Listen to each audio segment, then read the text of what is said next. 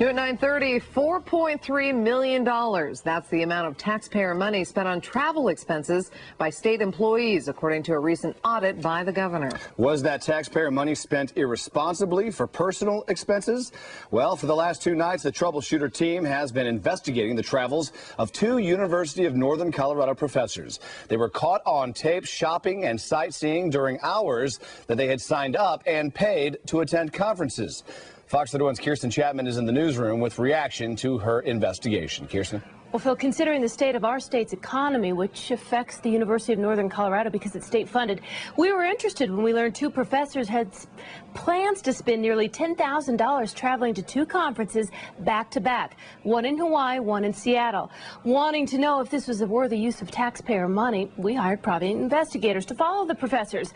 What we saw, well, it doesn't look good, and it's not us saying that. Quite frankly, it looks bad. Congresswoman Marilyn Musgrave sits on the Education Committee.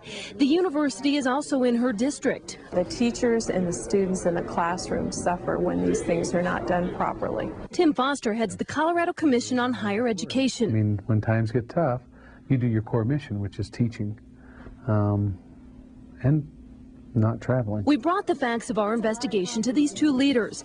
Facts like Dr. Kay Persicchiti and Dr. Donna Ferguson plan to use university funds vacationing in Hawaii with husbands 4 days prior to the conference they signed up for.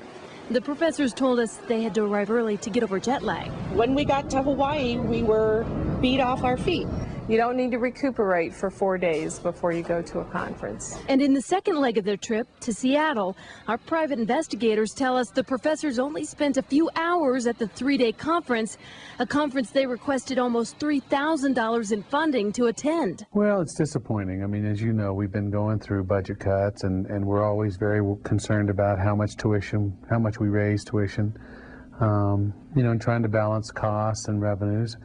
And then you see this sort of travel. I mean, it's just, and use of time, it's really disappointing. In April, the same month these trips were approved, the University of Northern Colorado told us it was in the midst of a budget crisis so bad the school may have to lay off tenured faculty and cut programs. The university also just raised tuition to help offset about $11 million in state funding not available next year. We're really saying, gee, things are tight, then you have this kind of behavior that just flies in the face of that and leaves one wondering, maybe you all need to go through some more budget cuts because you have this kind of money to throw around. And I suppose a lot of times it takes a particular instance to bring to light something that you might be worried about. Gloria Reynolds speaks for the university.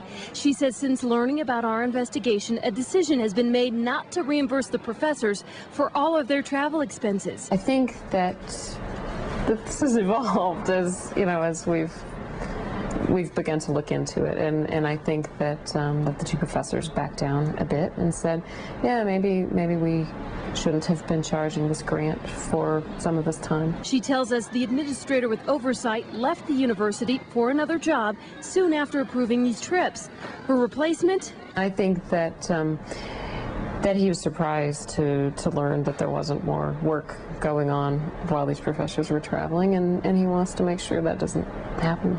In an article published by the Greeley Tribune, interim provost Alan Wong is quoted as saying, "This is a good experience for all campuses to learn how to be more accountable for travel related to professional development." He's making changes based on our investigation. This made us realize that perhaps it's important to spell out a little more specifically exactly what we expect from faculty while they are traveling. And now anyone using funds to travel has to follow up their trip with a report. We want to know when you returned what you were doing while you were gone. In other words, each faculty member who travels has to turn in a report saying, here's what I learned, here's what I did. As for the Commission on Higher Education, Something we will probably highlight for governing boards and presidents to say, you need to be really sensitive to the amount of travel you have going on. And the Congresswoman? My office is certainly encouraging investigation into these allegations. She, in fact, wrote this letter to the Inspector General saying the alleged accounts of waste, fraud, and abuse are especially egregious in light of the recent state budget cuts for higher education in Colorado. I think we need to send a clear message to anyone who would spend taxpayers' dollars foolishly and even, I would use the word illegally. I think there are consequences, and we need to be accountable when we take these grant dollars. For the last 3 years, Dr. Persicchiti and Dr. Ferguson have been working on a research project for the university, funded in part by a federal grant.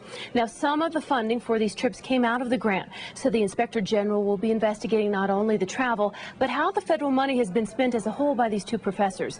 The university is also working on its own performance audit.